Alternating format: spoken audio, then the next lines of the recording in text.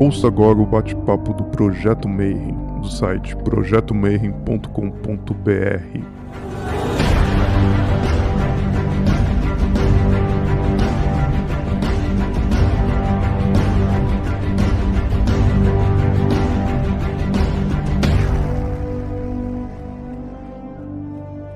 Bom dia para você que é de bom dia, boa noite para você que é da boa noite, boa tarde se você estiver assistindo isso aqui depois no YouTube. Você está no Bate-Papo Mayhem e a gente continua na quarentena eterna do Brasil, isolados das nossas casas. Estava conversando aqui com meu irmão Pelo Amarão, que fazia 6 meses que a gente não dá um abraço nas pessoas que não são queridas, não temos contato com outras pessoas, né? E estamos aqui, por outro lado, a gente conseguiu fazer esse bate-papo, né? Porque geralmente todo ano a gente faz um simpósio, se encontrava todo mundo pessoalmente e tal. E aí veio a ideia de, vamos fazer um negócio virtual, chama os palestrantes, aí o pessoal fala, faz umas palestras sobre filosofia, as ordens, etc. E a coisa deu muito certo.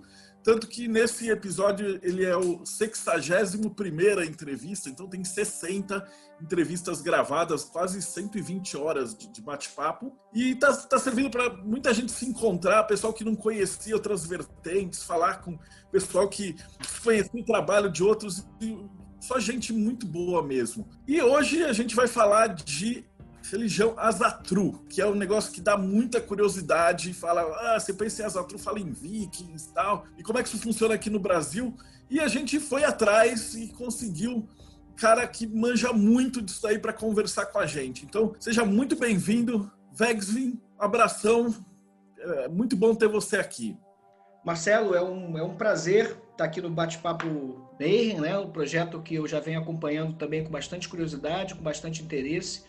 Conheço o seu trabalho há bastante tempo e agradeço muito por essa oportunidade de esclarecer aí o seu público sobre a nossa religião, né? Tão envolta em curiosidade, mistérios e interesses, né? Muito obrigado pela oportunidade. Aqui eu que agradeço, é uma honra. E vamos começar, né? Antes da gente começar, o pessoal sempre pergunta, convidado se apresentar e falar assim, como é que ele chegou nesse ponto? Como é que parte de uma pessoa profana, uma criança, e surge e depois muitos e muitos anos no futuro, o cara é um viking? Então, como é que é a tua trajetória aí dentro do Asatru, da religião? Bom, já que você está pedindo para buscar de longe, tive uma criação bastante agnóstica, né? Eu fui criado no mato, sempre fui ensinado, de certa maneira, a cultuar a natureza de uma maneira não religiosa, né? Sempre a questão do respeito com a natureza, isso vem de criança. Mas eu descobri que eu era pagão quando eu tinha 12 anos, dentro da capela de uma igreja. Fui matriculado em uma escola religiosa na minha cidade. Havia uma capela e durante uma aula de religião houve uma fila para as pessoas tomarem a hóstia.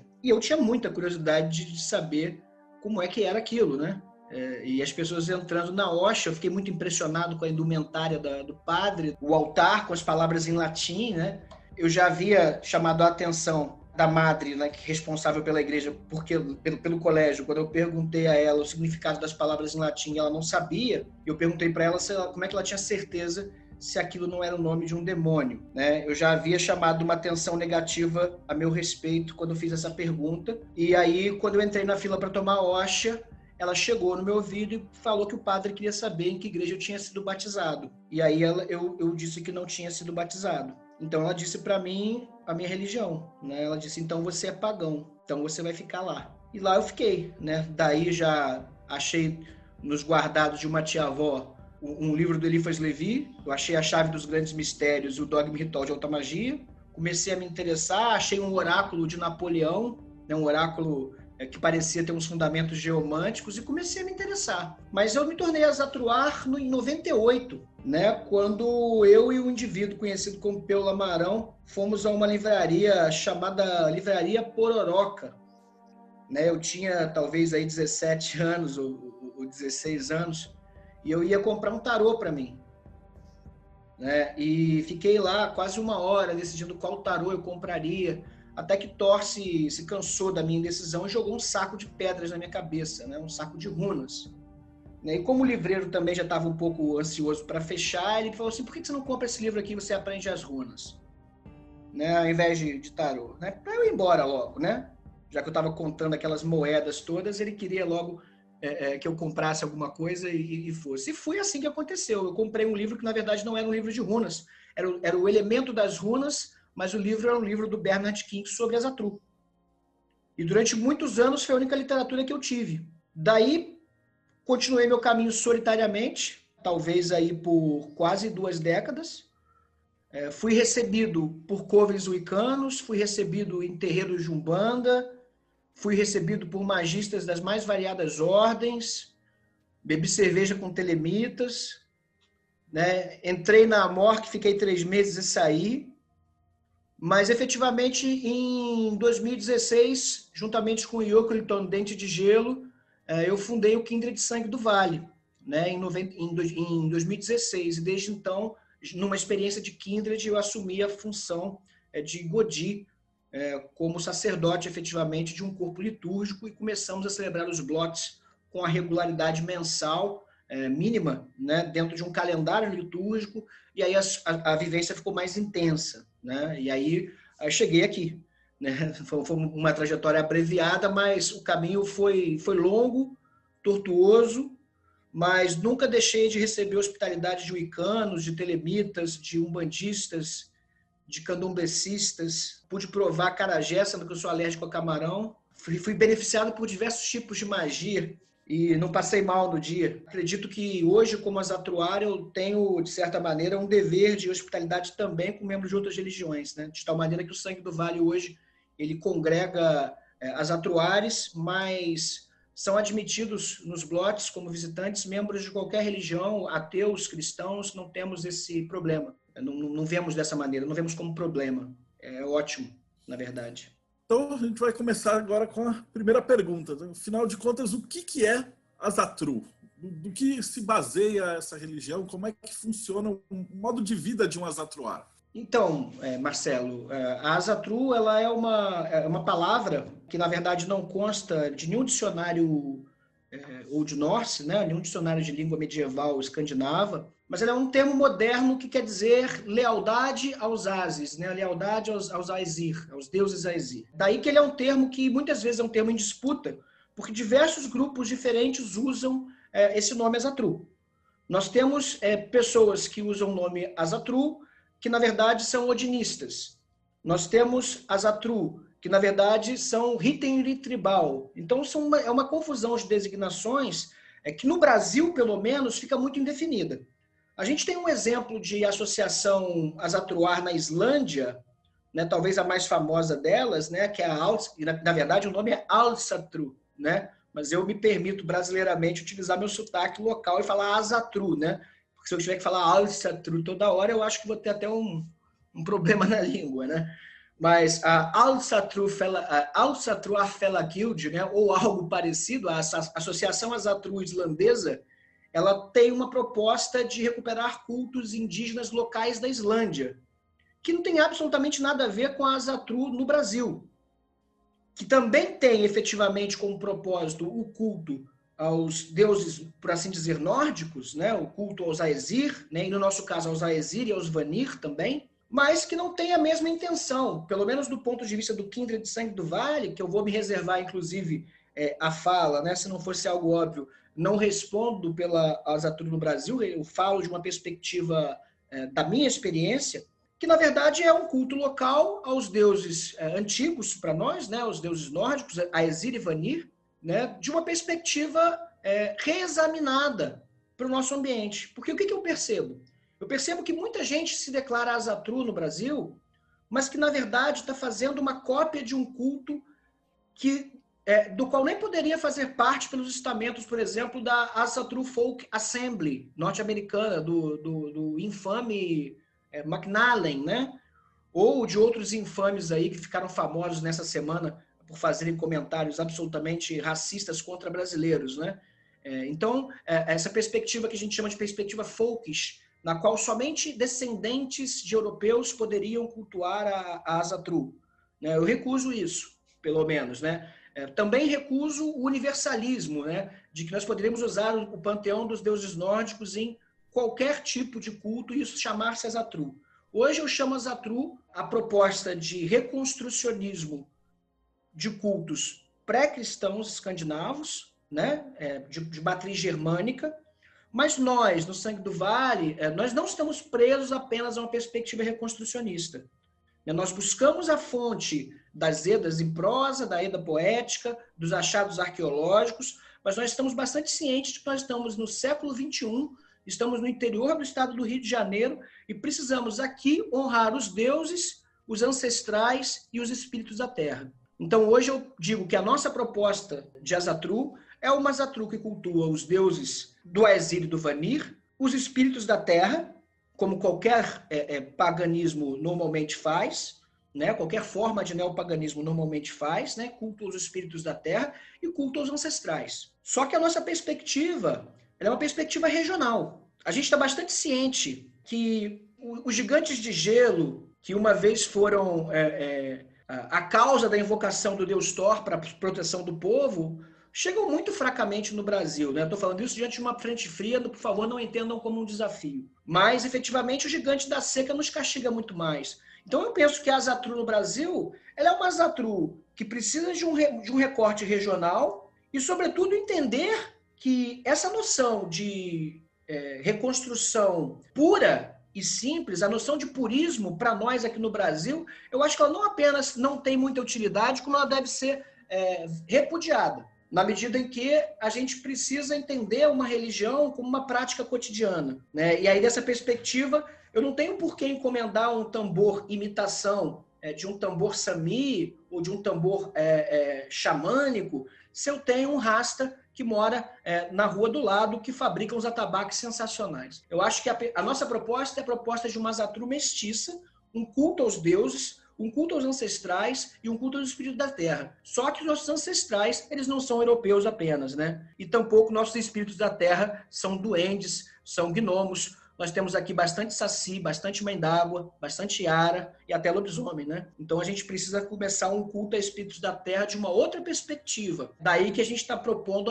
a noção de uma Asatru mestiça, né? Essa que é a nossa proposta aqui no Sangue do Vale, né? Nós estamos fazendo uma leitura onde o purismo não tem lugar. Nós não somos vikings, nós somos brasileiros e tampouco somos tupini-vikings. Nós somos asatruários no século XXI, buscando construir uma religião a partir de uma história, mas com um propósito local e atual, né? Eu queria perguntar agora um pouquinho, mas que você desenvolvesse melhor essas práticas. Então, como é que vocês estruturaram essa ritualística? Então, existe batismo, existe casamento? Como é que vocês estão desenvolvendo esses rituais e esse processo? E depois a gente vai dar um segundo passo para que você explicasse um pouquinho mais como que funciona. Tem a roda do ano aqui no Brasil? Como é que funciona?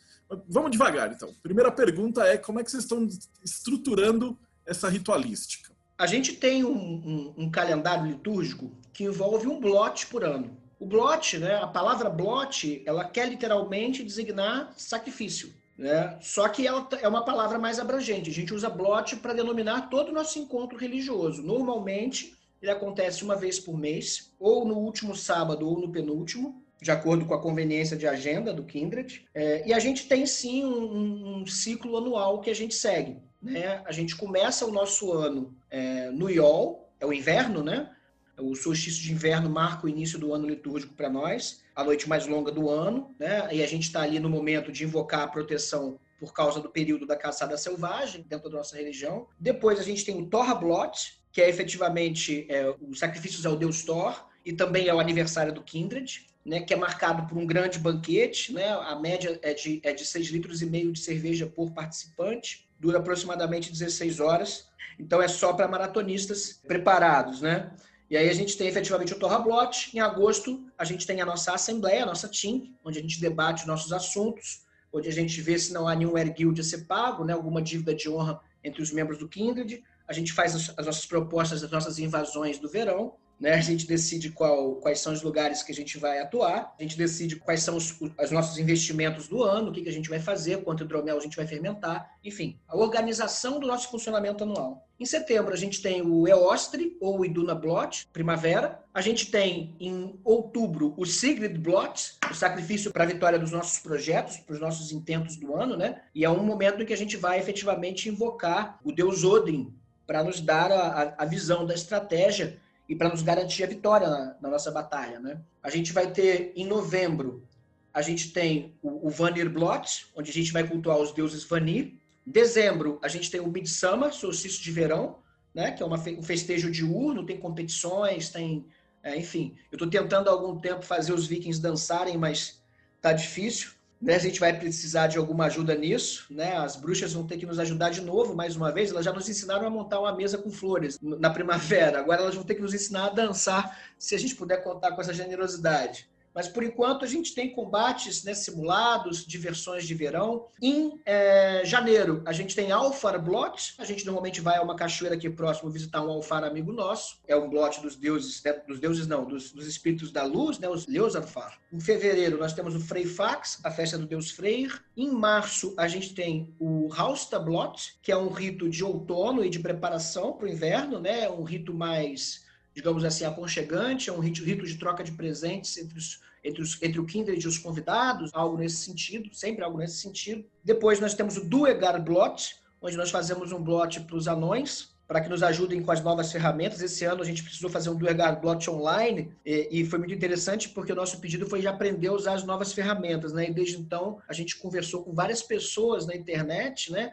Os microfones dão defeito, mas funcionam, e a gente conseguiu nesse ano um bom favor dos anões, pelo que nós vamos recompensá-los, evidentemente, com o ouro e a cerveja que eles precisam. Depois nós temos o Dizablot, onde nós vamos venerar as nossas ancestrais femininas, que protegem a nossa família, né? E efetivamente o culto aos espíritos das nossas mortas, né? As ancestrais femininas que mantêm a trama do nosso destino sendo traçada, emendam quando a gente faz alguma merda, e nos ajudam efetivamente a manter as coisas no trilho. E depois do Dizablot, efetivamente, de novo o Yol. Essa é a roda do ano. Eu estou fascinado aqui porque você conseguiu adaptar maravilhosamente a nossa roda aqui do Sul com a parte prática mesmo, né? Que, pô, o anão vai verificar as ferramentas, depois o hidromel, e, putz, eu estou fascinado. É porque, na verdade, Marcelo, tem um problema em tudo isso, né? Porque eu acho que uma religião ela tem que ter uma utilidade na vida de quem pratica, porque não há razão para você se dedicar a uma religião se ela não traz nada para a sua vida. Se eu não fosse seguir uma religião, eu abraçaria uma filosofia. E agora, a essa altura, eu estaria no absoluto niilismo. Não me pareceu proveitoso, já que não é indiferente para mim se meu computador funciona ou não. Então, eu prefiro pautar, do ponto de vista de uma prática cotidiana, esses ritos que dão significado para a nossa vida. E aí, efetivamente, se não dá significado para a nossa vida, não interessa para nós. Não dá para fingir que a gente é viking. Eu não tenho por que fazer um blot para consertar um dracar, mas eu tenho, efetivamente, que consertar as ferramentas. Eu tenho que fermentar o hidromel. Eu preciso fazer o festival de colheita. Então, eu tenho que ter um blot de plantio. Então é assim que a gente tem trabalhado. A gente fez experimentações, mas aí a gente chegou à conclusão em um formato que tem sido muito proveitoso atualmente, que é um formato que é o seguinte: durante o dia, enquanto o sol está a pino, a gente trabalha, né? Agora eu me mudei para um sítio mais afastado, então muito trabalho para ser feito. Então, para começar, a gente teria que construir o Hogger sagrado, onde a gente cultua os deuses. Então, efetivamente, a gente teve que construir uma ponte para chegar até ele. Então, a gente constrói as nossas coisas durante o dia e durante a noite a gente celebra. A celebração tem 2 momentos. O primeiro momento é o Simbel, ou Sumbel, né? Que é o momento do banquete.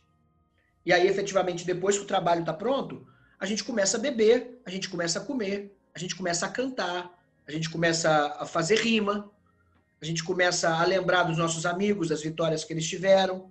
Aí faz chamada de vídeo bêbado para eles. A gente começa a lembrar dos nossos inimigos. E aí a gente canta as músicas que a gente faz para eles. A gente começa a lembrar das batalhas que nós lutamos. A gente começa a lembrar dos que não estão mais entre a gente. E a gente começa a contar as histórias dos deuses. A gente faz as trocas de presentes. É uma celebração onde a gente vai efetivamente ficar nessa onda até que chega o momento do blot. No momento do blot, que é mais ou menos quando a gente começa a sentir que o êxtase da bebida, da comida, da festa já está num nível alto, mas que a gente ainda pode canalizar ele com segurança, a gente vai efetivamente para o Hogger, né? O Hogger, ele é um templo de pedras que a gente construiu, Na verdade, faz parte do processo iniciático do Kindred de Sangue do Vale a construção do Rogar. A pessoa precisa construí-lo, ela precisa somar as pedras dela naquele templo, e aí, efetivamente, a gente vai até lá. Eu sou o Godi do Kindred, então eu faço as invocações dos deuses, o Skald do Kindred toca os tambores, ou toca liras, toca lindamente, né? O Yokriton, ele é o Vitic do Kindred, ele cuida tanto do aspecto mágico e da segurança mágica das nossas reuniões, quanto também do encanto da música nas nossas reuniões, né? Ele é uma pessoa muito talentosa e tem capacidades profissionais em todos esses aspectos, né?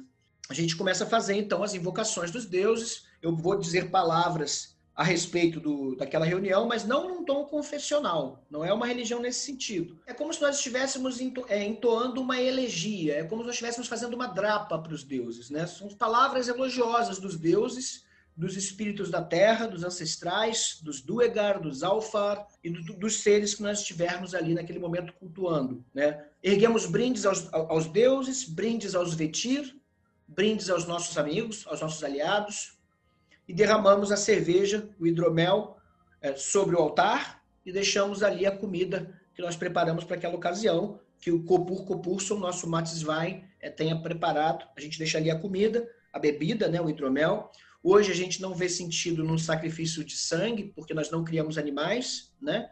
Mas, ao contrário, nós fabricamos hidromel, né? E temos uma boa cerveja também, dividimos o que temos. Esse é o sentido do sacrifício para nós. Como nós não temos criação de bicho, também a gente não tem utilidade para isso, né? E aí, efetivamente, a gente faz assim. Depois a gente volta do Rogar, aí o Simbel vai até onde for, e aí os espíritos já estão com a gente, e aí a coisa acontece. Eu não sei se eu tenho como no momento de sobriedade, explicar muito como é que as coisas acontecem depois, né? Tipo, mas o festejo segue até a cerveja acabar, até o sono bater, as pessoas vão caindo, né? E aí vai acontecendo. E pelo que você me falou, hoje é um dia de um desses blots, né? Então a gente vai, a hora que terminar a nossa entrevista, você vai realizar esse ritual. Não é uma coincidência, com certeza. A gente está aqui hoje reunido para passar essa palavra, explicar a religião para diversas outras pessoas nesse ponto específico do ano. Uma outra pergunta que eu tinha separado aqui é como que vocês consideram magia? A sua opinião pessoal, a opinião da religião, como você enxerga a magia? Na nossa religião, nós temos alguns tipos de magia muito particulares da própria tradição. Nós temos o Seidr, que é a magia praticada pelas volvas, né? Normalmente são magias que envolvem uma volva ou Seidr Kona. Há uma disputa se homens podem ou não realizá-lo, ou têm poderes ou não. Hoje se assume que sim, e aí efetivamente, ou pelo menos não era tão comum. Mas é o momento em que a volva vai efetivamente acessar os espíritos e falar com a voz deles. Vai efetivamente trazer conhecimento dos espíritos, dos deuses, produzir curas, usar as ervas. Esse tipo de magia a gente chama de Seidr, magia de êxtase. Muito embora eu ache que todas as magias envolvem algum êxtase, né? Nós temos a magia rúnica, que são efetivamente os usos mágicos dos símbolos das runas, né? Talvez aí a mais difundida hoje em dia, né? Seja efetivamente a magia da runa, seja o uso das runas como oráculo, né, que muitos membros mais puristas do paganismo germânico, né, nem muitos deles nem se designam Azatrus, se designam membros da Hittenry tribal, né, não veem, mas por outro lado também não é mandatório, porque é muito difundido, os nomes variam muito na Azatru, né, mas tanto o uso oracular das runas, quanto o uso das runas na forma de Galdras Tafir, ou seja, símbolos rúnicos, aí o mais famoso talvez seja o Egis de Almur, né, que é aquele... parece como se fosse um ponto de Exu, né? As pessoas confundem muito, inclusive, né? Parece muito com o ponto de Exu, né? São 8, como se fossem tridentes em volta, que na verdade são símbolos que são traçados como bind runes. Muita influência também de magia de sigilos, usando runas para traçar sigilos. E um terceiro tipo de magia, que me parece mais familiar, é o Galdur, ou Galdr. É a magia falada. É a magia do encantamento falado, a possibilidade de encantar pelas palavras, pelas poesias, né? E aí, efetivamente, o sentido estrito dessa magia, ele é o assim chamado Galdralag, é uma métrica de poesia capaz de encantar. Mas essa é uma leitura muito histórica, eu tenho a percepção de que o Galdur ele pode ser, de alguma maneira, não apenas ficar nessa questão da poesia. Por exemplo, a poesia do Galdralag, a poesia escáldica, de uma forma geral, ela não trabalha com rimas ao final das palavras, ela trabalha com aliterações. A rima, na verdade, o início das palavras, via aliteração. Né? Algo mais ou menos como no V de Vingança, né? Véu velado, vozes voam. Vetir vastos vingam velozes. E fazer a magia nessa forma, já que eu falei do V. Mas eu penso que há uma possibilidade maior para o Galdur. Não é apenas a métrica. Eu entendo que a métrica foi o que sobreviveu desse processo, porque foi escrito. Mas eu penso que o Galdur ele também inclui a personificação, o poder da declamação e tudo aquilo que eu puder fazer com a minha voz. E aí eu posso jogar minha voz para lá ou para cá. Eu, por exemplo, durante os blots que eram celebrados na nossa antiga sede, por exemplo, os blots eles aconteciam sobre um lago, né? Tinha um lago e um morro. Então eu descobri que quando eu falava olhando para o morro, a minha voz ecoava muito alta. Isso causava um efeito mágico. Então eu acho que o Galdur ele também é o uso da voz para o canto, ele também é o uso da voz para a declamação, o uso mágico da voz. Eu hoje entendo assim, embora não seja uma visão histórica. E aí já encaixando no que você me pergunta sobre magia, né? Como é que eu vejo a magia? O que eu penso disso? Eu penso que magia é, antes de qualquer coisa, a capacidade de criar efeitos extraordinários na realidade. A capacidade de impregnar o mundo com encanto. A capacidade de causar fisicamente a percepção de que algo extraordinário acaba de acontecer porque eu executei técnicas segundo minha vontade e meu conhecimento. De tal maneira que me parece que magia é uma forma de arte. E a crença no pós-morte? Eu falo assim, no Azatru, isso? Ou na religião Azatru, é o termo correto, que alguém vai se dirigir. Eu acho que Azatru designa bem a confusão que a gente vive. Se você falar Azatru, todo mundo vai lembrar dos vikings. E aí, efetivamente, tem muita coisa diferente, né? Porque quando você fala Azatru, isso pode se referir ao que eu estou dizendo aqui, que eu também chamo Azatru, mas tem um cara que é fã de músico de black metal racista que também fala que isso é Azatru. E é por isso que eu estou propondo a Azatru mestiça. Porque eu já descobri uma coisa que nazista não aceita e não aguenta. Você sabe que eu comecei uma aventura agrícola. Eu me mudei para uma cidade do interior e eu cultivo no campo. E eu percebo que certas ervas nascem no solo, mas se eu plantar essa mesma erva em outro solo, ela não nasce. E muitas vezes não se tem nada a ver com a semente, tem a ver com o solo. Eu acho que o principal problema da Azatru é que ela é um solo onde essa erva daninha, chamado racismo, chamado nazismo, ela vinga. E ela vinga porque muitos componentes na Azatru não são devidamente trabalhados para transformar esse solo num trabalho de agricultura espiritual e um solo hostil a essas ideologias. As noções puristas, de uma forma geral, a recuperação do exato, do perfeito, do passado, do ancestral europeu, misturada com ódio contra o sincretismo, é uma receita desastrosa.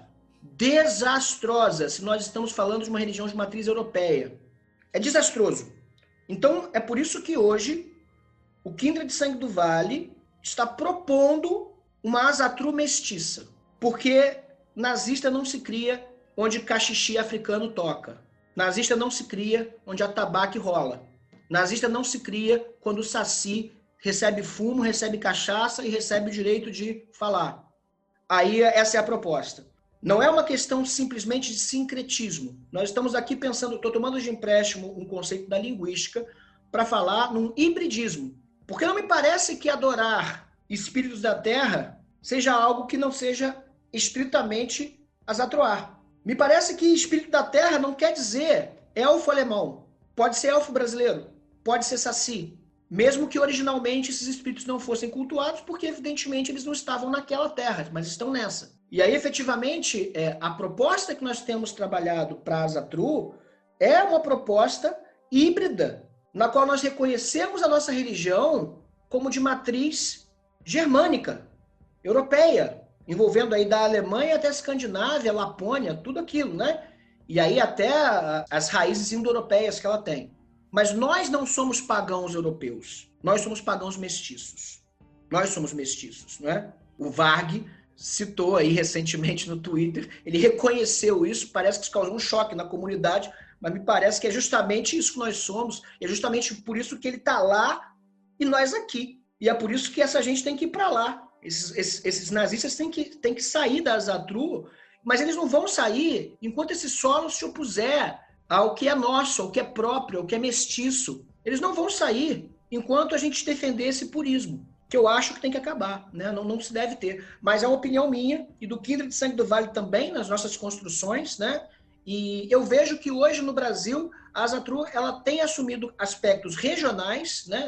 Eu tomei contato com muitos Kindreds recentemente, saí numa jornada pelos submundos dos grupos de WhatsApp, como o Odin fez certa vez andando pelo mundo para descobrir o que acontecia nesse negócio de Asatru. E eu encontrei coisas muito doidas. Eu encontrei grupos de estudo nos quais se defendia que o calendário deveria seguir um calendário histórico, um calendário lunar histórico com 3 blots por ano. Se eu chegar no Kindred de Sangue do Vale e dizer que vão ter só 3 blots por ano, eu acho que eu vou ser considerado banido, né? Eu vou sofrer uma pena de banimento, porque não é possível. Mas só tem 3 blots históricos. Para mim, isso é um absurdo, porque são 12. E eles acontecem no final de semana porque a gente trabalha. Então, se a lua cai na quarta-feira, preciso viver nesse mundo. Eu não vivo lá, né? Não sei se batia cartão na Escandinávia no século XI, mas eu bato. Então, me parece que as coisas precisam caminhar para uma evolução normal, mas uma evolução que não odeie, que não despreze, mas que, ao contrário, pregue a diversidade no sentido de que ela é boa. E assim a gente vai cultivar, como alguém que cultiva uma terra, um lugar onde nazista não cresce, né? Me parece que não cresce. Eu estou com uma colocação do Eduardo Regis, ele colocou: toda religião é sincrética ou híbrida. Parabéns pelo trabalho. Além de ser apenas o natural e a expressão da natureza de vocês, resgata uma coisa que me parece fundamental. Religião e magia são vivas. E realmente é viver a magia, porque a gente vê tanto até as religiões católicas ou cristãs, onde o cara fala da boca para fora, mas ele não faz o que ele prega. E isso que você está falando, eu acho um negócio tão nobre. E você efetivamente, como os americanos costumam fazer, né? Put your money where your mouth is, né? Coloca a tua grana, teu esforço, sua vida no que você prega.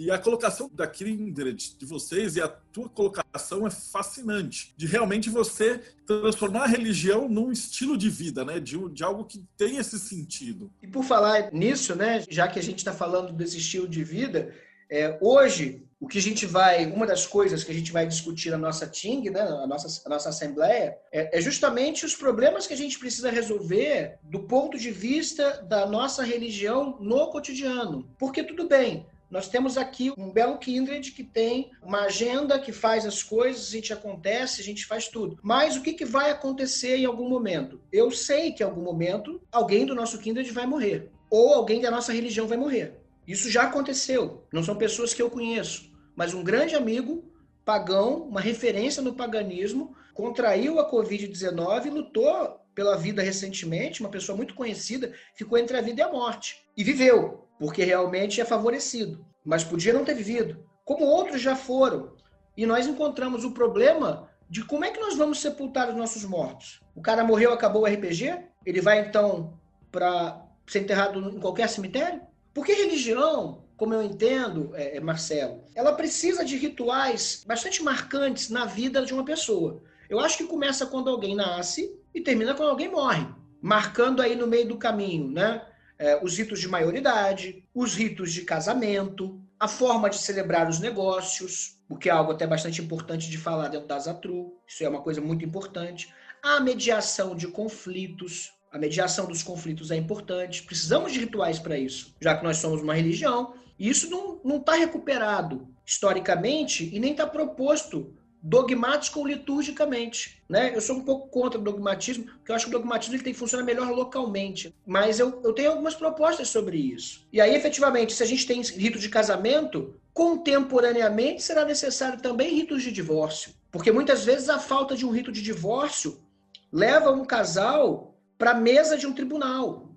Por quê? Porque o casamento acabou, mas não está ritualisticamente marcado, não tem a marca da separação, da mesma maneira como teve a marca da ligação. Essa é uma necessidade que eu percebo. Preciso ter um rito de divórcio e é preciso ter um rito funeral. Mas para isso a gente precisa de uma organização tal que a gente consiga operar na vida civil. E é nesse ponto que a gente se encontra. Eu não tenho como colocar um dracar pegando fogo no Rio Paraíba do Sul, que é o rio sagrado nosso, né, que inclusive dá nome ao Kindred. Não tenho como botar um dracar pegando fogo no Rio Paraíba do Sul. Mas eu preciso dar conta de um ritual que seja legalmente válido para o sepultamento. Como é que vai ser? Eu não posso enterrar aqui no meu quintal. Eu preciso dar conta disso junto com o Kindred, né? São essas coisas que a gente está efetivamente agora caminhando. E num oferecimento do Kindred de Sangue do Vale para todos os Kindreds do Brasil que quiserem, o oferecimento de um modelo estatutário que possa nos conferir as capacidades de efetivamente emitir certidão de casamento, e efetivamente discutir nos foros adequados o debate interreligioso, tão importante. Eu não quero queimar a igreja, não me interessa fazer isso. Igrejas são muitas vezes repositórios de arte fundamentais para a humanidade. Eu quero sentar do lado do padre para discutir o debate religioso. Eu quero sentar do lado do pai de santo, do lado do pastor, né? Eu quero fazer isso. Eu quero sentar do lado do telemita. Eu quero que a discussão religiosa possa se dar num caráter civil sério e importante. Isso tem um lugar e um jeito de fazer. E a gente passa pela constituição jurídica de uma organização que possa prestar conta. Olha aqui, ó. O que a gente conseguiu arrecadar aqui foi isso e foi assim. Aqui está a contabilidade, tem um conselho fiscal, tem uma diretoria, né? Olha, é assim que funcionou, né? E aí eu acho que passa por essa seriedade, né? É isso que a gente está fazendo agora, né? Porque, sim, a gente precisa viver a nossa religião, mas as pessoas têm problemas que precisam ser resolvidas também na vida civil. E a religião tem um lugar aí, principalmente como organização da sociedade civil, né? Que eu acho que é um lugar que a religião deve ocupar também. Colocações perfeitas. Inclusive, eu até anotei aqui que você colocou uma resolução própria de negócios e conflitos, né? Então, dentro do Azatruar, como é que deve ser essa conduta de resolver ou resolução de negócios ou de conflitos? Existe um guia ético dentro da religião? O estamento ético mais importante da Azatru é o juramento. O juramento ele tem um papel fundamental na Azatru, porque o juramento ele é uma forma de ligar duas pessoas. E uma vez que o juramento ele é feito, a palavra jurada ela é verdadeira por definição. Se você não cumpriu a sua palavra, não é a sua palavra que está errada. É você que desonrou a palavra dada. E isso significa que ninguém poderá acreditar em nada do que você diga ou faça. Então eu acho que esse é o primeiro ponto, né? A gente tem um objeto na nossa religião chamado Sol Ringen, que é um anel de juramento. É um círculo de metal, né? E o Sangue do Vale aqui ele está meio customizado. Na época eu estava muito fascinado com as cordinhas de fio encerado. Eu acabei decorando ele com uma cordinha de fio encerado. A estética ficou um pouco controversa, mas até que um outro melhor seja feito, esse Sol Ringen segura todos os juramentos do Kindred. Então as pessoas elas colocam as mãos sobre o Sol Ringen e proferem os juramentos. A gente já usou esse Sol Ringen num casamento, a gente usa esse Sol Ringen quando a gente faz o rito de iniciação de alguém, que a gente chama de pescaria das pedras, né? É um rito muito, muito importante e didático. A gente usa esse Sol Ringen quando um conflito é solucionado. Então, se eu quero fazer um juramento, eu pego o Sol Ringen e as pessoas perante as quais eu faço esse juramento, ou com quem eu estou me ligando esse juramento, eu faço sobre ele. Mas se eu proferir a palavra e dizer que estou jurando, igualmente eu estou ligado a essa palavra. O Sol Ringen é só o objeto físico que representa isso. Mas se eu declarar que jurei perante os deuses, e aí eu espero realmente que eu esteja sóbrio bastante para não ver um Deus metendo a mão no anel de juramento. Se eu ver isso, eu vou achar muito estranho, né? Mas, efetivamente, se eu disser alguma palavra, eu já estou jurando, né? Esse juramento tem que ser cumprido. O descumprimento leva à infâmia e você não é nada sem seu nome, porque o nome é justamente o que vai representar nossa possibilidade de vida após a morte, que a gente vai tratar em breve, né? Daqui a pouco. Mas o rito de resolução de conflito ele é um rito de pagamento de were guilt. Como é que a gente faz isso? A pessoa que cometeu uma ofensa precisa reparar esse erro, porque a gente acha perdão uma coisa muito imaterial, porque você pode até dizer que perdoou, mas isso não apaga o erro, né? E para nós não é importante o perdão para a absolvição de nada, para nós é importante reparar o erro. Então um pagão precisa reparar o erro quando ele comete. Não é vergonhoso errar. O erro é esperado. O erro é esperado. Ele é algo que todos nós, se estamos fazendo alguma coisa, cometeremos. Mas, igualmente, é esperado que o pagão que detenha o seu próprio nome e que possa efetivamente honrar o próprio nome, que ele pague o erguilde a quem ele lesou. Então, a pessoa é chamada para uma composição e aí ela faz uma proposta de pagamento de erguilde. A pessoa diz, olha, eu fui insultado por você, eu quero um pagamento de erguilde. Ou a própria pessoa que insultou pode tomar consciência disso e, olha, eu errei, eu quero pagar o erguilde. E aí nós temos duas opções. Ou o preço do erguilde é acertado e ele é pago, ou a gente tem conflito. Daí que também é de bom tom que a pessoa que sofreu o erro, ela precisa manter o que a gente chama de Frieder, ou Frith. A gente brasileiramente chama de Frit, que é uma noção que poderia ser traduzida como uma noção de paz na tribo, né? Ou paz entre as tribos. É o dever de todo pagão manter isso, tanto de quem lesou, quanto de quem é lesado. Quem é lesado tem animosidade com quem lesou, e, portanto, tem direito de se vingar. Mas, se ele se vinga, o conflito permanece.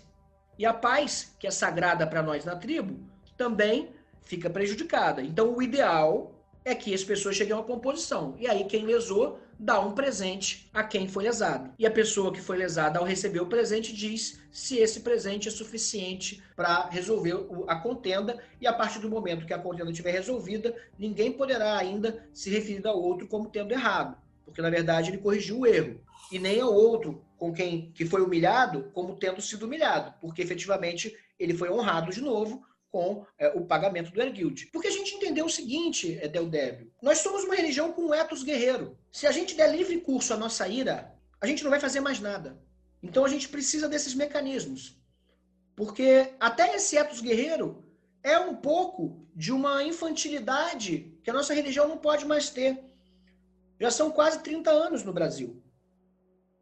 Né? Então é hora de virar adulto. A gente sabe que se a gente entrar numa briga, a gente pode ganhar, mas a gente vai sair machucado. E aí a gente precisa efetivamente desses mecanismos.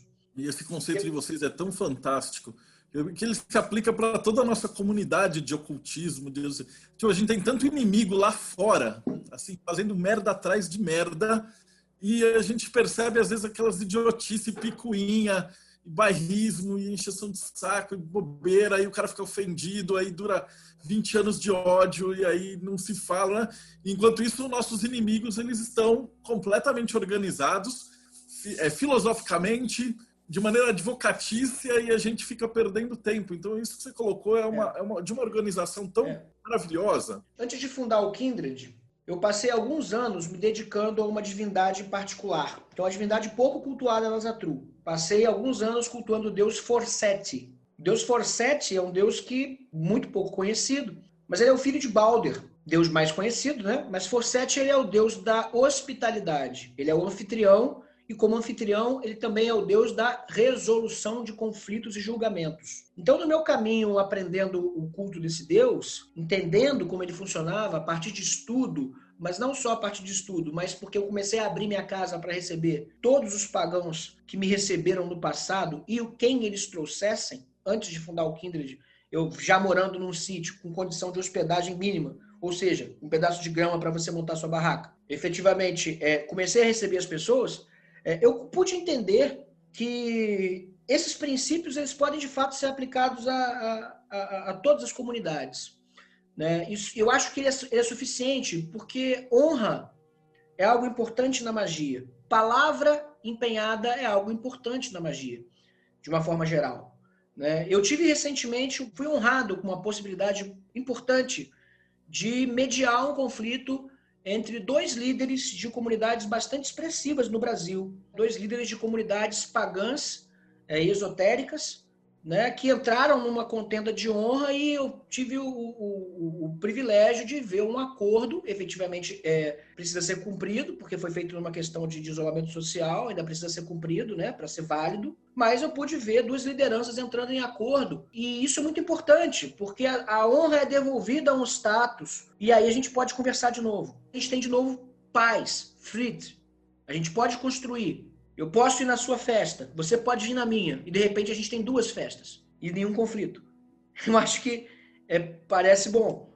Parece excelente, assim, além de palavras de excelente. E eu vou ter que perguntar, a gente vai ter que chegar no resíduo depois que se morre, qual é a crença dentro do Asatru? Pois é, isso é uma questão muito, muito debatida, porque, na verdade, a gente não tem muitos indícios de que os nórdicos, de que os escandinavos, eles estavam, de fato, preocupados com a vida após a morte. Né? É uma coisa meio anti-egípcia, né? Eles não estavam muito preocupados com o que aconteceria na vida após a morte. Muitas pessoas começaram a entender, por exemplo, uma ideia de que Valhalla seria o salão dos eleitos, né? E aí, efetivamente, quem morresse em batalha, e aí a ficção acabou adaptando isso para quem morresse segurando uma espada na mão, né? A ficção começou a adaptar as coisas, e aí eu realmente não sei se há algum indício histórico disso, mas a ideia de que o Valhalla seria um paraíso do pós-morte. E aí que as pessoas querem ir pro Valhalla, e eu fico meio assim, porque eu, de repente, nunca quis ir pro Valhalla, que deve ser um churrasco de metaleiro, com um nível de testosterona insuportável, todo mundo se machucando, entrando na porrada, aquela carne esturricada e todo mundo se batendo e se regenerando todo dia para brigar de novo no dia seguinte. Eu não tenho muito essa onda, né? Eu não sei, né? Não é muito para onde eu queria ir, até porque eu não pretendo morrer em batalha, pelo menos não numa batalha literal, né? Eu até admitiria, enfim, ninguém é dado escolher a forma de morrer, essa é a verdade, né? Mas efetivamente o que acontece é que outros dizem que Freya, isso tem base nas Edas, né? Freya, ela tem direito a metade dos mortos em batalha. Acho que é o Grimnismal que trata disso, né? Que Freya tem direito a metade dos mortos em batalha que vão para o Folkvanger, que é um palácio dela lá em Asgard e tal. E Odin teria metade dos mortos em batalha e Freya metade dos outros mortos em batalha. Enquanto aqueles que morreram por doença ou por velhice, esses iriam para o Hel, né? Um local efetivamente onde a morte vai ser velada, né? Vão viver a morte. E aí muita gente diz que o Hel é um lugar frio, que o Hel é um lugar indesejável e que o Hel, que tem um nome muito sugestivo, é um lugar ruim. E aí a gente tem a ideia de que isso pode muito bem ser algum aspecto pós-pagão acrescentado pelos compiladores medievais que vieram na sequência. Eu penso que a noção de que Hel é simplesmente submundo, no sentido muito literal, porque se a gente está falando de paganismo germânico, eu estou falando de uma gente muito prática. O que é Hel? Hel é embaixo da terra. Por quê? Porque é para lá que vão as pessoas depois que elas morrem, não é?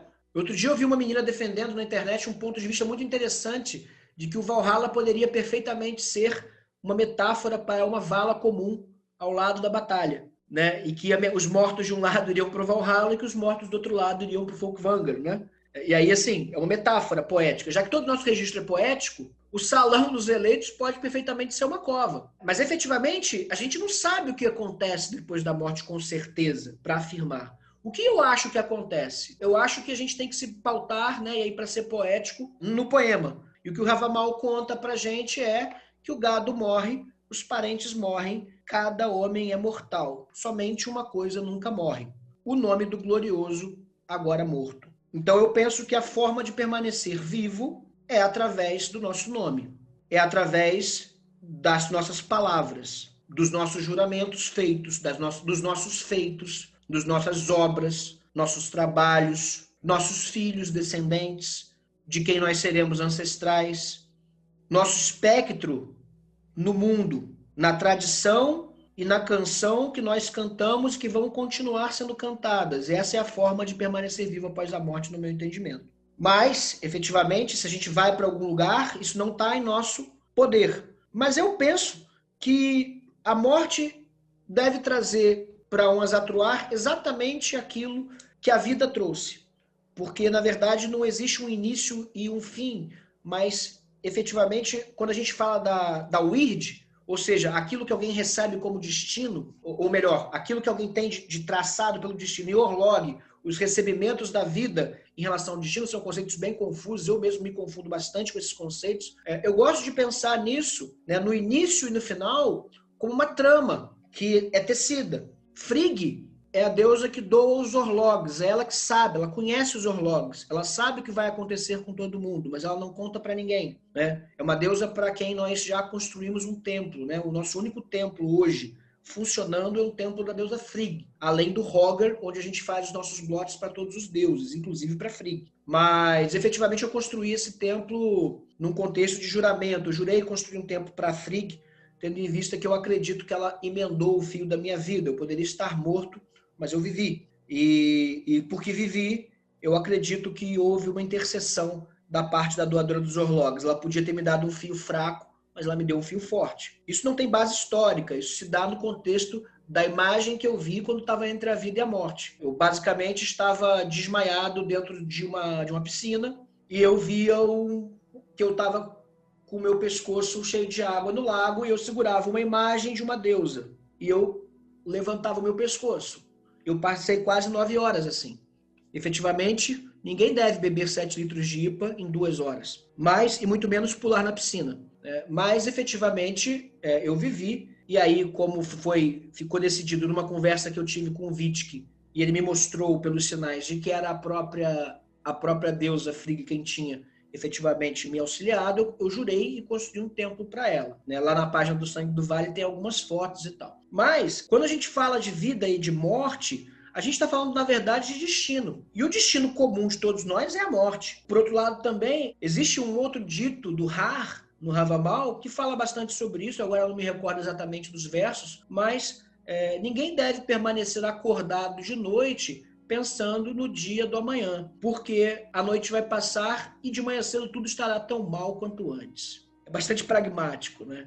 Eu estou com 2 perguntas que, na verdade, elas têm a ver uma com a outra.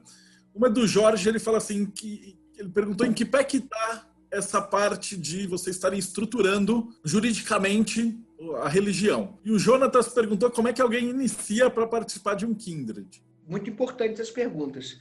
Hoje, na nossa Ting, eu vou apresentar o esboço do estatuto, né? Porque eu vou apresentar o esboço dele. Eu marquei alguns pontos, ele não está pronto, né? Mas ele tem alguns pontos que precisam ser discutidos, como, por exemplo, como é que se elege um presidente de uma associação religiosa se isso vai gerar conflito no futuro. Eu não quero conflito, mas eu também não quero despotismo. Então, eu estou propondo algumas soluções que vão ser debatidas e votadas hoje na Ting. E aí a gente está efetivamente na parte de confecção do estatuto. Confeccionado o estatuto, o que a gente precisa fazer é ir até um cartório, assinar do advogado os estatutos e a ata de eleição, né, que a gente não vai fazer eleição, mas a ata de posse, né, documentado dessa maneira e diante do cartório pagar-se as taxas cartorárias, os emolumentos, né, algo que vai dar em torno de R$1.000, talvez menos, de acordo com o lugar do Brasil.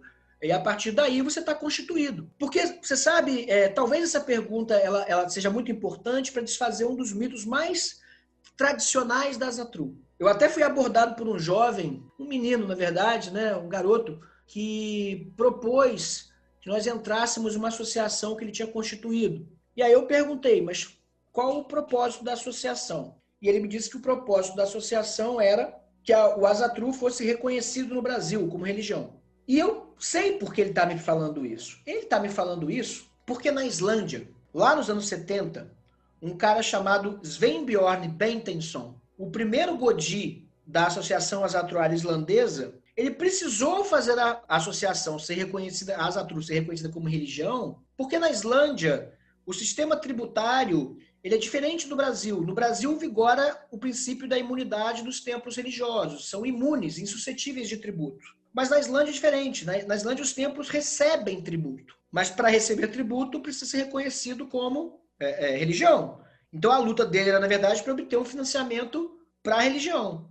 E aí ele foi até o parlamento, essa lenda é muito interessante, ele foi até o parlamento, queria ser recebido pelo ministro, eu acho que a Islândia é tão pequena que eu acho que o ministro deve encontrar ele na padaria, né? Ele deve ter tentado cercar o ministro na padaria, não conseguiu, marcou reunião com o ministro não queria recebê-lo, e ele marcou, e toda vez ele marcava, o ministro não recebia, até que teve uma tempestade tão desgraçada, e caíram tantos raios, que o ministro percebeu a presença de Thor, e viu que o Svenbjörn não estava brincando, e aí efetivamente o Svenbjörn entrou, e a religião foi reconhecida rapidamente, porque Thor é um deus que é muito rápido na resolução dos conflitos, porque efetivamente não existe possibilidade de conflito com Thor, né?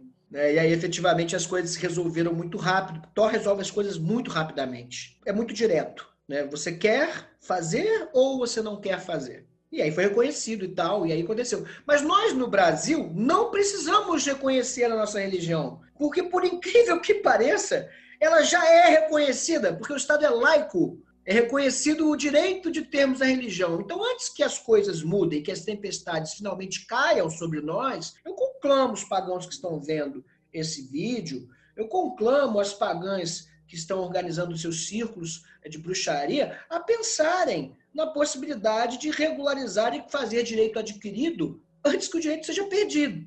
Então, a luta é essa. Nós estamos formulando o estatuto, ele está na parte final da redação dele, eu vou divulgá-lo na página do Sangue do Vale para contribuir com toda a comunidade pagã, um formato básico que pode ser alterado, editado e vai contar com a nossa ajuda para isso também. E pode contar com a gente do Mayhem e do blog, do TDC, do projeto, qualquer lugar que eu tenha um contato de ajudar vocês. Ótimo. E a outra pergunta do Jonatas é como é que alguém inicia para participar de um Kindred?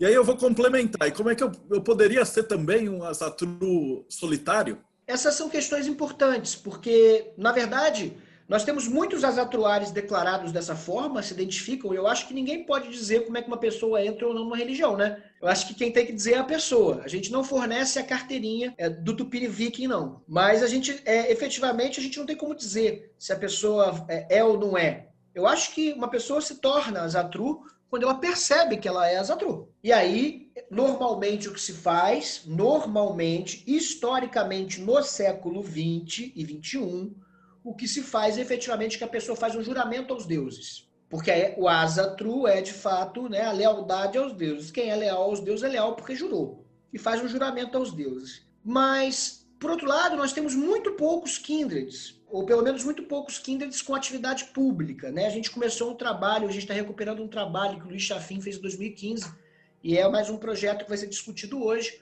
para a gente poder remapear os kindreds do Brasil. E aí cada kindred vai ter autonomia para decidir, já tem, né? Já é assim. Cada kindred tem autonomia para decidir como é que um membro ingressa em um kindred. Então, eu acho que, recapitulando, ninguém se torna asatru por outra razão, senão por sua vontade, e jura aos deuses. Se os deuses aceitarem o juramento, parabéns, você é asatru. Toma aqui sua carteirinha de Tupini Viking invisível. Né? Mas, efetivamente, assim, me parece que foi assim que eu fiz. Eu era um menino de 16 anos com uma lata de Itaipava quente no mato, implorando. E o que eu não sabia, eu lia nas runas. Só que eu não sabia nada. Né? Mas tendo durado até aqui, eu te digo que funcionou. Mas um kindred é uma experiência diferente. O kindred normalmente vai exigir do candidato um tempo de frequência, para que, como a gente tem, né? A primeira estanza do Havamal fala disso, né? Boas-vindas ao recém-chegado, né? Ele vai precisar de fogo, ele vai precisar de roupas limpas, ele vai precisar contar a sua história, de silêncio para contar a sua história, pois muito em breve ele será testado em sua coragem. E aí, efetivamente, a pessoa vai até o kindred, ou se reúne, e ela vai se aproximando, vai participando. Normalmente, o que vai acontecer, como acontece no Sangue do Vale? Essa pessoa vai assumir certas responsabilidades no kindred, vão aparecer demandas, né? Ela vai assumir as responsabilidades. Ela vai fingir que não é com ela, esperando a hora em que alguém vai dizer você é membro do kindred? Como é que ela vai se portar? E aí é claro que o kindred vai avaliando esse comportamento, até que alguém muito despretensiosamente vai virar e comentar, eu não tenho oposição à entrada dele. Isso no Sangue do Vale é assim. Alguém vai dizer, eu não tenho oposição.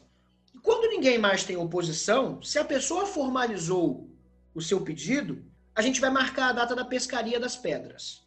A pescaria das pedras é um rito que eu e o Clinton criamos, sem saber como fazer, porque, na verdade, eu estava cansado de ficar sozinho. Aí eu fiz a coisa prática a fazer. Eu peguei um chifre de 700 ml, coloquei na cintura, peguei um martelo, coloquei no peito e fui para o bar, né? É assim que a aventura começa, não é? Todo mundo sabe que é assim. É na taverna. Então eu fui até o bar e comecei a beber, e lá eu encontrei o Clinton, que eu já conhecia de vista, já tinha ido num show que ele tinha feito aqui na cidade, ele é um músico que é famoso na cidade, na região, na verdade, né? E aí, efetivamente, a gente começou a beber e ele falou assim, olha, eu gostei da sua religião, eu acho que é legal, mas eu sou budista. Eu, beleza. Daí, há um tempo, foi um solstício de verão, ele fomos tomar uma cerveja na minha casa, fizemos um blote E budista ou não, ele é Asatru, porque eu acho que a Asatru, por não ser uma religião que faz proselitismo, ela também não exclui ninguém. A questão é, você é leal aos deuses? Se você cultua outro, isso é um problema seu. Né? Eu vejo assim. Ou não é um problema para ninguém, ou não é um problema, ou é ótimo. Eu não tenho medo disso. Por que a gente vai fixar uma estrutura fechada se a gente não tem pretensão de catequese? E aí o que aconteceu foi que a gente saiu meio perdido. Eu falei assim, amanhã então a gente vai fundar o Kindred. Amanhã então marcar de marcar. Valeu, amanhã. E aí eu fui dormir e para minha surpresa ele apareceu de manhã na minha casa. Vamos lá, vamos lá. E eu, sem saber o que fazer, né? Mas efetivamente também não podendo não fazer nada, saímos andando até que nós chegamos na margem do Rio Paraíba do Sul. Mas antes a gente encontrou uma série de espíritos, encontramos bruxas, encontramos um lugar completamente doido e achamos o corpo da giganta, né? Ferida lá. E do corpo da giganta nós tiramos as primeiras pedras para o nosso altar, no leito do Rio Paraíba do Sul, banhado pelas águas do Rio Paraíba do Sul. O sangue do vale é uma metáfora para o nome do rio, porque o sangue do vale, a vida do vale é o rio. Por isso nosso culto é local, né? Da nossa natureza local. E aí a gente levou essas pedras, colocamos elas empilhadas e fizemos um rito no qual nós nos propusemos a ser um farol para reunir os pagãos que chegassem até nós, que quisessem chegar. E aí, de repente, tinham 30 pessoas fazendo um torrablote, né?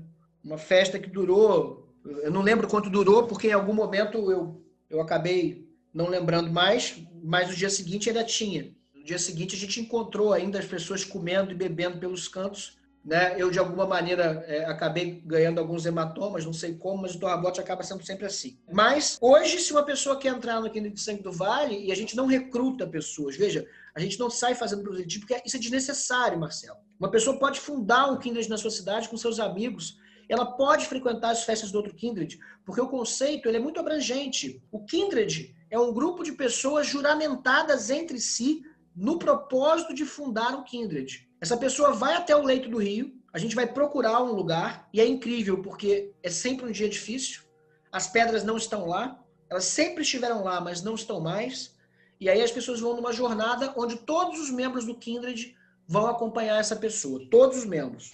E essa pessoa tem que achar as pedras para levar para o altar. E a gente vai enchendo uma bolsa com pedras, mas a bolsa fica muito pesada. E a gente vai até o rio, enche a bolsa de pedra e no trajeto de volta, todos os membros do Kindred devem ajudar essa pessoa a carregar o fardo.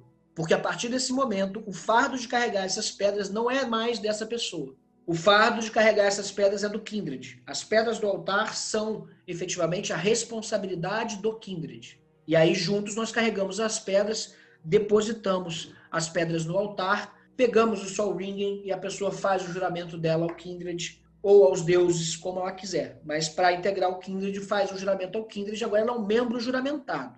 Mas não é justo dizer que só membros juramentados fazem parte do Kindred. Porque nós temos um outro grupo maior que nós chamamos de Kith. São os nossos vizinhos. Né? Nós temos a maior satisfação de ter sempre o pessoal do Calém, nossos vizinhos e aliados, nos nossos blogs. Nós temos sempre a presença do Luan, está nos assistindo aí, a presença do Luan Marchetti, desde o primeiro torrablote conosco. E aí, ele não juramentou o Kindred, mas ele sempre vai aos blogs quando pode, e ele ergueu um Hogger na casa dele, que é aqui perto, ele é nosso vizinho. Ele não faz parte da nossa comunidade? É claro que ele faz parte da nossa comunidade. Ele tem responsabilidades no Kindred sempre que ele quiser. Mas, efetivamente, não é juramentado o Kindred. Daí é importante dissolver um pouco essa ideia de o Kindred ser uma continuação da solidão. Porque os amigos devem se encontrar. Né? Então, eu penso que o Kindred tem, sim, momentos de reserva, tem momentos sensíveis, tem momentos em que deve se recolher, mas tem, fundamentalmente, momentos de reunir com os vizinhos. Né? Claro que todo Kindred precisa de privacidade para tratar de outras questões. Muitas vezes precisa de ritos mágicos que demandam um certo treinamento, que também não podem ser feitos de maneira não controlada. E aí, efetivamente, a gente faz os ritos fechados. Mas temos os ritos abertos também. Né? Então, normalmente a pessoa vai frequentando o Kindred e ela pode continuar frequentando como membro do KIF se ela não tiver problema com ninguém. Se ela precisar de mediação para um atrito, ela terá mediação. Se ela quiser contribuir na confecção do hidromel, ela poderá contribuir. Se ela quiser ter a responsabilidade de tocar uma música, ela poderá tocar, se ela pedir a palavra para falar e for o momento de falar, ela vai poder. Então, efetivamente, a única coisa que ela não tem é a obrigação litúrgica do Kindred. Isso nós fazemos assim aqui, né? Mas cada Kindred decidirá a forma de fazer. Tem 2 perguntas mais para a gente finalizar o roteiro que a gente combinou. Vamos ver. A primeira seria: qual a bibliografia que você recomenda e como é que eu te acho? E como é que uma pessoa que queira entrar em contato com vocês pode entrar em contato? E essa informação que ele está dando está aqui embaixo na descrição do vídeo, tá? Então, se você quiser entrar em contato com eles, aqui está a informação. Eu penso que a primeira coisa que um Azatroar deve ler é o Havamal. O Havamal é um poema que tem como título Os Ditos do Har, os Ditos de Odin. Har é um dos nomes de Odin. As palavras do Altíssimo, né? As palavras do mais alto. É a primeira coisa que o Azatroar deve ler. E por que eu acho que essa é a primeira coisa que o Azatroar deve ler? Porque é um livro de boas práticas e bons costumes pagãos. Ao contrário do que muitos dizem, não é somente uma ideia de livro sagrado, como muitas vezes nós temos nas religiões abraâmicas, né? Não é somente uma noção de livro sagrado nesse sentido.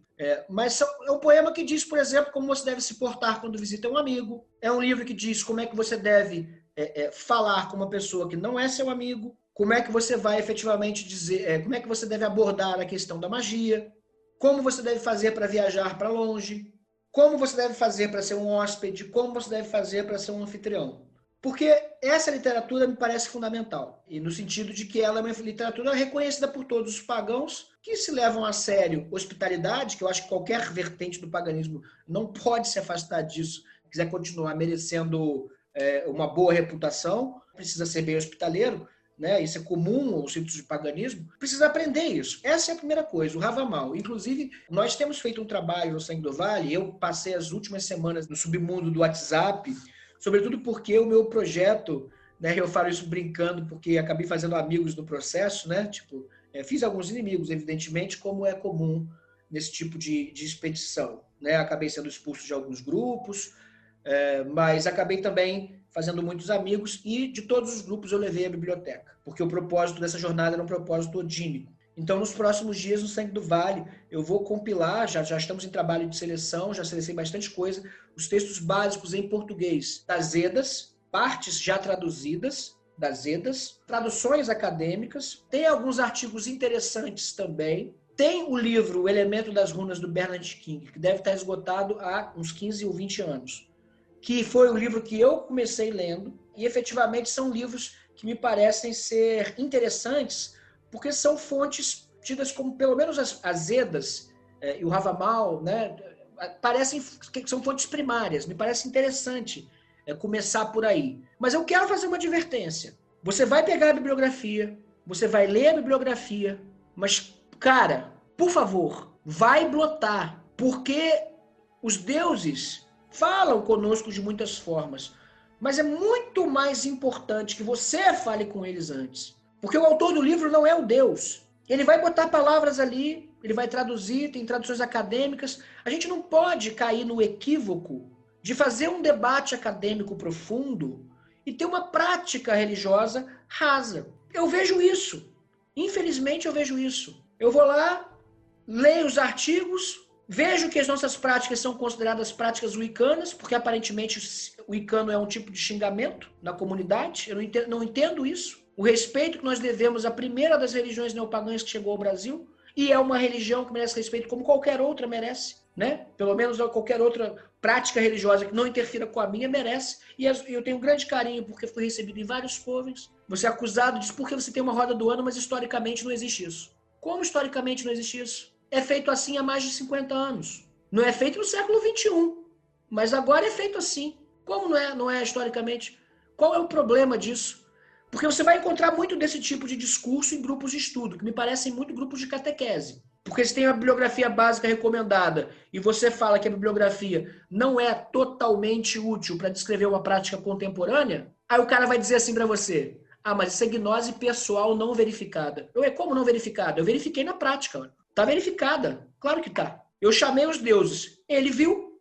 Como não está verificada? Daí que eu acho que é o problema, é o perigo. Leia para se informar. para não cair em conversa maluca. Aí começa, na verdade, o problema da falta de critério. Não é a mistura que me incomoda. A mistura é boa. Nós temos que aprender. Mas a falta de critério em como a gente vai estudar as coisas e como é que a gente vai pegar isso, o que é útil, e aplicar, é muito mais importante.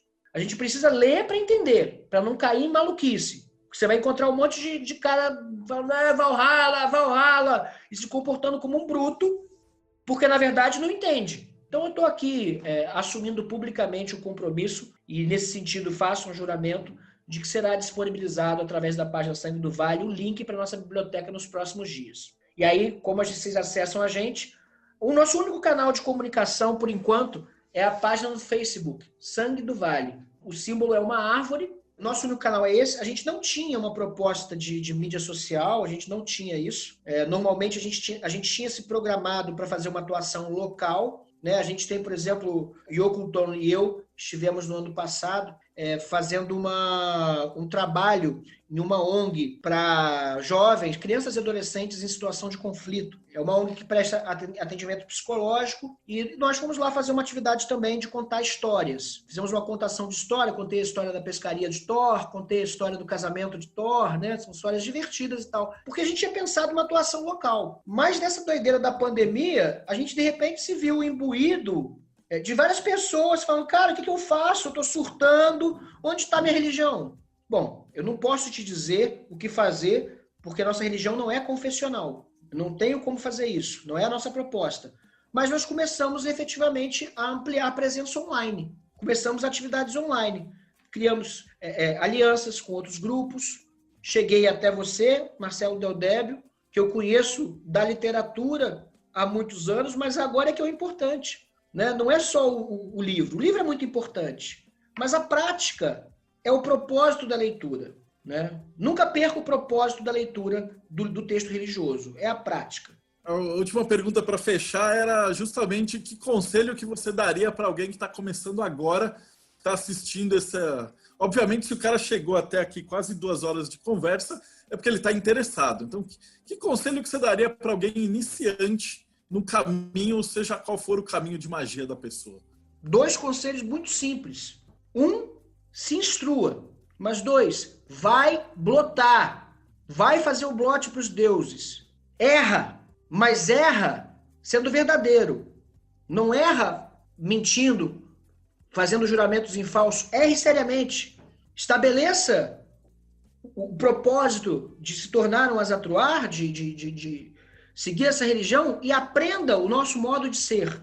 O modo correto, a instrução, o nome do poço onde Odin bebeu a água, se foi o olho direito ou se foi o olho esquerdo, se Frigg e Freya são a mesma divindade historicamente, porque os registros de Frigg estão no norte da Alemanha, mas os registros de Freya estão a partir da Escandinávia e as 2 deusas não coexistem, mas ambas têm adornos de falcão, então elas teriam em tese que ser a mesma deusa.